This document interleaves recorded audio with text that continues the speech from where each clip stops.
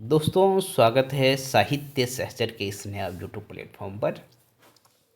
10 मार्च 2025 को टेस्ट लिया गया था, उसी का डिस्कशन हम देखने जा रहे हैं। काफ़ी मज़ेदार ऑप्शंस है और डिस्कशन इसीलिए देखना ज़रूरी है। ओके, तो चलिए, पहला प्रश्न है, निम्नलिखित में सत्य कथन चुनें। समास में दो वर्णों का मेल होता है, बिल्कुल गलत है, दो पदों का मेल होता है। संधि में दो पदों का मेल होता है, ये स्टेटमेंट अपने आप में गलत हो गया। समास का विच्छेद होता है जबकि संधि का विग्रह, ऐसा नहीं होता है ना। समास विग्रह होता है, संधि विच्छेद होता है। ओके, तो ये तीनों स्टेटमेंट गलत हो गया, इसीलिए इसका आंसर उपर्युक्त में से कोई नहीं हो जाएगा।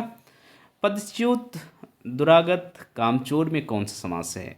तो देखिए, पद से च्युत मतलब पद से भागना, दुरागत। ओके, यहाँ सेपरेशन हो रहा है। ओके, तो सेपरेशन वाला आप कारक पढ़े होंगे जहाँ अलगाव का बोध होता है, तो वो कौन सा कारक है, उस अनुसार से आप देख पा रहे होंगे।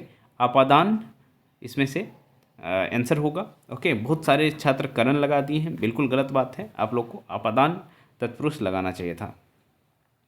नीलांबर, पीतांबर, परमेश्वर में कौन सा समास है? और सभी बहुब्रीहि समास लगा दिए। बिल्कुल नहीं, जब आपको हमने कह दिया नील गाय, हाँ ओके, तो जब कलर की बात होने लगी तो आप अब पीतांबर अकेले रहता तो एक बार थोड़ा कंफ्यूज हो सकते थे कि हाँ, पीतांबर में हम चलो बहुब्रीहि लगा सकते हैं, लेकिन यह नील गाय भी चांद से दिया गया था कि आप लोग क्रमधारय की तरफ आवें, लेकिन बहुत कम छात्र क्रमधारय लगाए हैं। वास्तव में ऑप्शन में भी नहीं था, तो आपको उपयुक्त में से कोई नहीं लगाना चाहिए था। ओके, निम्नलिखित में कितने द्विगु समास हैं? चंद्रमुख बिल्कुल नहीं है, विद्यारत्न भी नहीं है, और त्रिभुवन भी नहीं है। और इसका ऑप्शंस देखिए, इस तरह से मैंने जीरो डाला था, बहुत लोग फंस गए जीरो में, तो एक आंसर होता, तो एक मैंने डाला ही नहीं, तो उपयुक्त में से कोई नहीं हो जाएगा इसका उत्तर। दो क्यों होगा, तीन क्यों होगा? बिल्कुल नहीं होगा, तो उपयुक्त में से कोई नहीं होगा। निम्नलिखित में असत्य कथन चुने। द्वंद्व समास के सभी पद प्रधान होते हैं। ओके, असत्य चुनना है आपको। द्विगु समास का पूर्व पद संख्याबोधक होता है, बिल्कुल सही बात है। बहुब्रीहि समास में दोनों पद के अलावा कोई नया पद प्रधान हो जाता है। तो ये तीनों के तीनों स्टेटमेंट सही है। ओके, और इस वजह से उपयुक्त में से कोई नहीं इसका उत्तर हो जाएगा, क्योंकि आपको असत्य पूछा जा रहा है। ओके, मैं चाहूँ तो पेन यूज कर सकता हूँ, यहाँ असत्य पूछा गया ना। ओके, तो आगे बढ़ते हैं। निम्नलिखित कथनों पर विचार कीजिए। मैं जान से ऐसा रखा हूँ ओरिएंटेशन। ओके, पोर्ट्रेट ओरिएंटेशन ज़्यादा सही लग रहा है मुझे। हजारी प्रसाद द्विवेदी एवं रामचंद्र शुक्ल ने सूरदास का जन्म गौघाट माना है, यह स्टेटमेंट सही है। ओके, सूरदास विट्ठल के शिष्य नहीं थे, तो सूरदास विट्ठल के शिष्य वाकई नहीं थे, तो दोनों स्टेटमेंट सही हो गया। ओके, तो जब दोनों स्टेटमेंट, एक मिनट, सूरदास विट्ठल के शिष्य नहीं थे, एक मिनट, कथन दो गलत है, एक मिनट, ये मैं लग रहा है गलत कर दिया। हाँ, सूरदास वल्लभाचार्य के शिष्य थे ना, तो विट्ठल के शिष्य नहीं थे, है ना। तो कथन दो गलत है, ये हमको लग रहा है गलत हो गया। कथन ये भी सही है और ये भी सही है। ओके, दोनों कथन सही है, तो इसका उत्तर होना चाहिए उपयुक्त में से कोई नहीं। ओके, तो ये हमने गलत कर दिया था, तो इसको आप लोग देखेंगे, क्योंकि सूरदास तो वल्लभाचार्य के शिष्य है ना, तो सही तो लिखा गया है ना। तो आगे बढ़ते हैं। विट्ठल दास ने पुष्टि मार्ग का जहाज किसे कहा है? तो वास्तव में सूरदास की मृत्यु पर कहा था विट्ठल ने ऐसा, तो इसीलिए पुष्टि मार्ग का जहाज सूर्यदास को कहा है, सूरदास को कहे हैं विट्ठल जी। तो उपयुक्त में से कोई नहीं उत्तर होगा इसका, क्योंकि सूरदास ऑप्शन में है नहीं। सत्य कथन चुने। कुंभन दास विट्ठल के शिष्य थे। साहित्य लहरी एवं रुक्मिणी मंगल सूरदास की रचना है। ओके, सूर सागर में 10 स्कंद हैं, तो ये सभी के सभी स्टेटमेंट गलत है, क्योंकि कुंभन जो थे वो वल्लभाचार्य के शिष्य थे। साहित्य लहरी तो ठीक है, सूरदास की रचना है। रुक्मिणी मंगल किसकी रचना है आप बताएंगे, सूरदास की नहीं है। 10, ओके, इसमें जो है आपको 10 स्कंद नहीं 12 स्कंद है, तो ये भी आप ध्यान में रखेंगे। ओके, चलिए थोड़ा सा आगे बढ़ते हैं।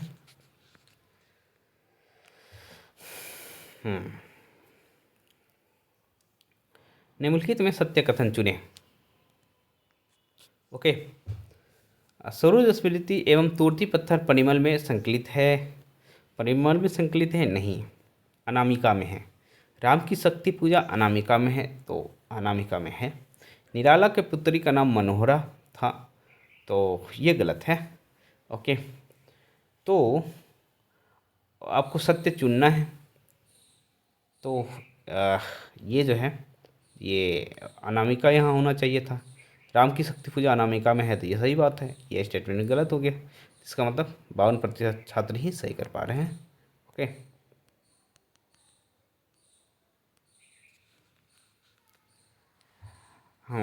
कितनी रचना सुमित्रा नंदन पंत की है? तो सुमित्रा नंदन पंत की रचना इसमें कितनी है बता दीजिए। कानन कुसुम 2 कवियों का है, तो एक कवि मान लीजिए जयशंकर प्रसाद है, लेकिन दूसरे कौन हैं? आराम से आसान प्रश्न है ये आप बताएंगे हमें। युगांत और ग्रंथि सुमित्रा नंदन पंत जी का है, और युगांत का प्रकाशन वर्ष जरूर बताइएगा, क्योंकि प्रगतिवाद की शुरुआत हम यहीं से मानते हैं। और फिर ग्रंथि है तो निहार और परिमल, तो निहार रश्मि नीरजा ये सब महादेवी का है, परिमल ये निराला जी का है। तो बस 2 रचना युगांत और ग्रंथि इनकी है, कानन कुसुम प्रसाद और मुकुटधर पांडे की है। ओके, तो मात्र 2 होगा इसका आंसर। सुमित्रा नंदन पंत को चिदम्बरा के लिए साहित्य अकादमी पुरस्कार दिया गया। ओके, महादेवी वर्मा को यामा के लिए साहित्य अकादमी पुरस्कार दिया गया। ओके, तो ये वास्तव में दोनों गलत है, क्योंकि साहित्य अकादमी नहीं, ज्ञानपीठ पुरस्कार दिया गया। ओके, तो इसमें से दोनों कथन गलत है, बस यही सही होगा। ओके, आगे बढ़ता हूँ मैं।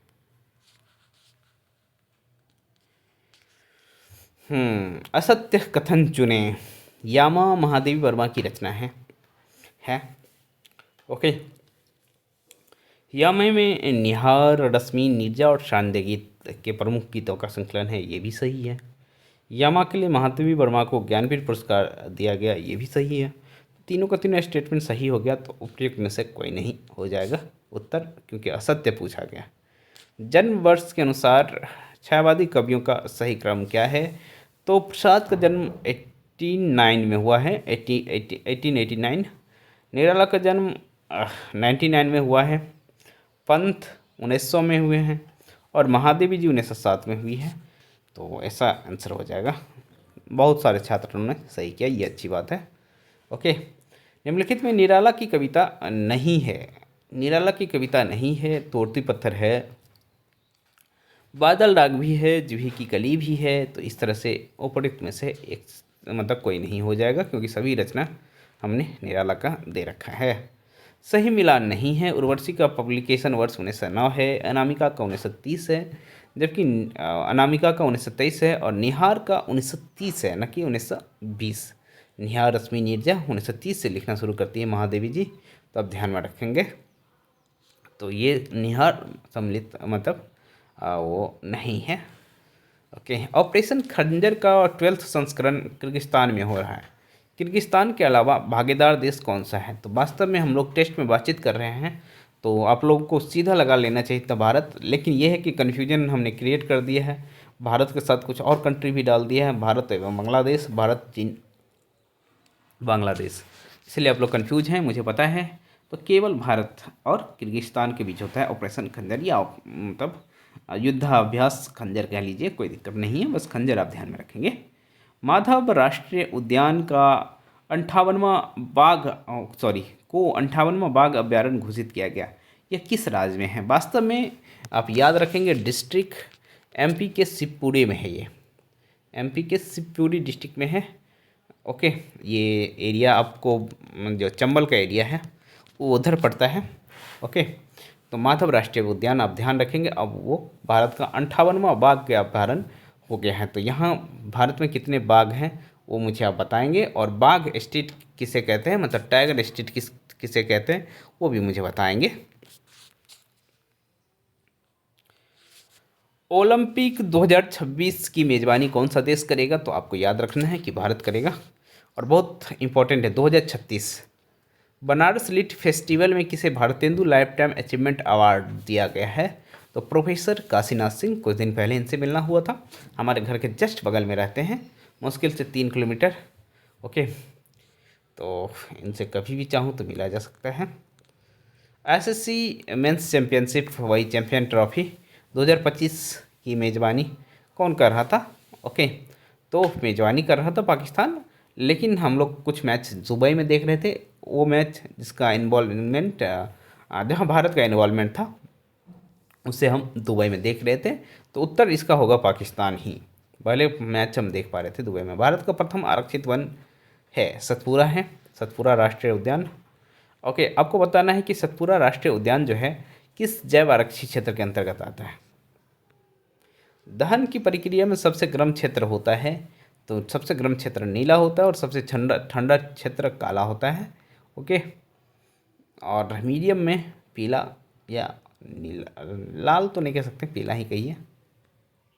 19th ऑस्कर अवार्ड किसे बेस्ट पिक्चर का अवार्ड दिया गया है, तो अनोरा को दिया गया है। और बहुत बहुत बहुत मतलब समझिए कि आपको याद करवाने की कोशिश कर रहा हूँ, इसके पीछे कारण यही है कि बहुत ही इम्पोर्टेंट है। हो होली, ये होली के अवसर पर पूछा गया प्रश्न है, तो याद रखेंगे। यह रचना है अंबिका दत्त व्यास जी का। ओके, 75 किलोमीटर प्रति घंटा की दर से एक वायुयान दिल्ली से उड़ता है। ठीक 2 घंटे बाद बी 90 किलोमीटर प्रति घंटा की दर से उसे पकड़ने के लिए उड़ता है। तो बताइए वायुयान बी ए को कितने देर में पकड़ लेगा। बहुत आसान प्रश्न है। ओके, तो देखिए ये 75 किलोमीटर की स्पीड से चल रहा है, 2 घंटा तक चला होगा, तो 150 किलोमीटर ये चल लिया होगा 2 घंटे में। ओके, और इसकी स्पीड 90 किलोमीटर है, तो दोनों के बीच का डिफरेंस 15 किलोमीटर का है, तो 15 किलोमीटर पर आवर से डिवाइड कर दीजिए, तो टाइम निकल आएगा 10 घंटा। इसका उत्तर 10 होगा। ओके, बहुत कम छात्र इसको सही किए हैं, और चूँकि क्लास में डिस्कस किए थे, हमने इसको डिस्कस किया था, और उसका आंसर आया था 5, क्योंकि वहाँ 1 आवर था, यहाँ हमने 2 आवर दे दिया था, तो सबको लगा होगा कि क्लास का हूबहू क्वेश्चन डाल दिए हैं, तो ऐसा किया नहीं गया है। तो आप लोग केयरफुल रहिए, हम कभी भी फंसा सकते हैं आपको। हाँ, ये क्वेश्चन मैंने क्लास में डिस्कस कर दिया है, फिर भी मैं आपको बता देता हूँ कि एक चींटी किसी चिकने खंभे पर 1 मिनट में 9 मिनट चढ़ती है, दूसरे मिनट में 2 इंच फिसल जाती है, तो उसे 60 इंच तक की ऊंचाई चढ़ने में कितना समय लगेगा। ओके, तो देखिए क्या होगा। ये 1 मिनट में 9 इंच चढ़ी, दूसरे मिनट में 2 इंच फिसल गई, मतलब 2 मिनट में वो 7 ही इंच चढ़ी है। तो 7 × 8, मतलब 8 बार ये काम करेगी, तो 56 इंच तक चढ़ जाएगी, है ना। तो 16 मिनट हुआ, 8 मतलब 8 बार ऐसा करने का मतलब 16 मिनट हुआ, तो 16 मिनट तो होगा ही होगा। 4 इंच अब बाकी है। ओके, 1 मिनट में 9 इंच चढ़ी है, तो 4 इंच चढ़ने में 4/9 मिनट समय लगेंगे, तो 16 × 4/9 आंसर हो जाएगा। ओके,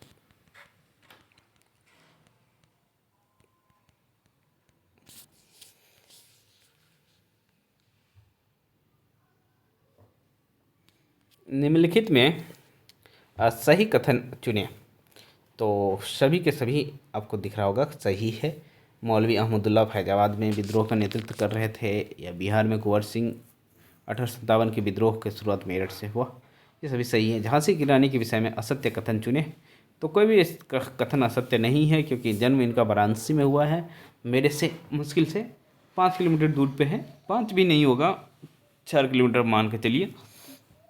मृत्यु ग्वालियर में ये दूर है। ओके, और उनके तोपची का नाम गौस का था। एक नाटक में पढ़ रहा था, वही रानी लक्ष्मीबाई या कुछ इस तरह का नाटक है, झांसी की रानी नाम से नाटक है, आई थिंक वृंदावन लाल वर्मा जी का है। हाँ, तो वो नाटक में हमने पढ़ा था तोपची का नाम गौस खां। तो ये तीनों याद रखेंगे। ओके, तो उपयुक्त में से कोई नहीं, क्योंकि असत्य पूछा गया है। विलियम जोन्स के नेतृत्व में एशियाई रिसर्च नामक शोध पत्रिका का प्रकाशन हुआ, तो ये सही है। यह पत्रिका कलकत्ता से प्रकाशित हुई, ये भी सही है। इसमें विलियम जोन्स के अलावा थॉमस कोलब्रुक और नाथेनियल हॉल हेड थे। ओके, तो उपरोक्त में से एक से अधिक हो जाएगा कि सही पूछा गया। शांति निकेतन की स्थापना 1901 में की गई थी, बिल्कुल सही बात है। इनके संस्थापक रविन्द्रनाथ टैगोर थे, ये तो 100% सही बात है। शांति निकेतन की स्थापना कलकत्ता में की गई, बिल्कुल गलत बात है। शांति निकेतन की बीरभूम जिले में है, बोलपुर स्टेशन पड़ता है, वहीं है, तो ये स्टेटमेंट गलत है। ओके, तो 61% छात्र गलत कर रहे हैं, मात्र 7% छात्र सही किए हैं। टॉपर हैं हमारी रुस्तम जी हैं। ओके, उसके नीचे आप साधना, कंचन यादव से मैं काफ़ी खुश हूँ, रिंकू, भारती, सपना, रंजीता, गुलाब, नितेश, रंजीत, प्रवीण, गौरव, जंग पटेल, अमित मिश्रा, रेनू, PRI प्रिया जी होंगी। ओके, अमीषा, ST, रितु, पूजा, रजनीश कुमार पांडे और संतोष जी हैं। सभी को बधाई, लेकिन मैं चाहता हूं कि आप लोग 27 स्कोर करें तो मुझे अच्छा लगेगा।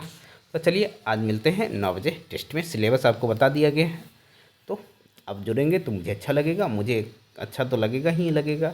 और ये 218 साथी जुड़े हैं टेस्ट के लिए, तो आप भी हमारे टेस्ट का हिस्सा हो सकते हैं। पढ़ना चाहते हैं तो मात्र 1100 में पढ़ सकते हैं, और टेस्ट देना चाहते हैं तो मात्र 101 रुपये में जुड़ सकते हैं। तो चलिए मिलते हैं हम फिर से टेस्ट में 9 बजे।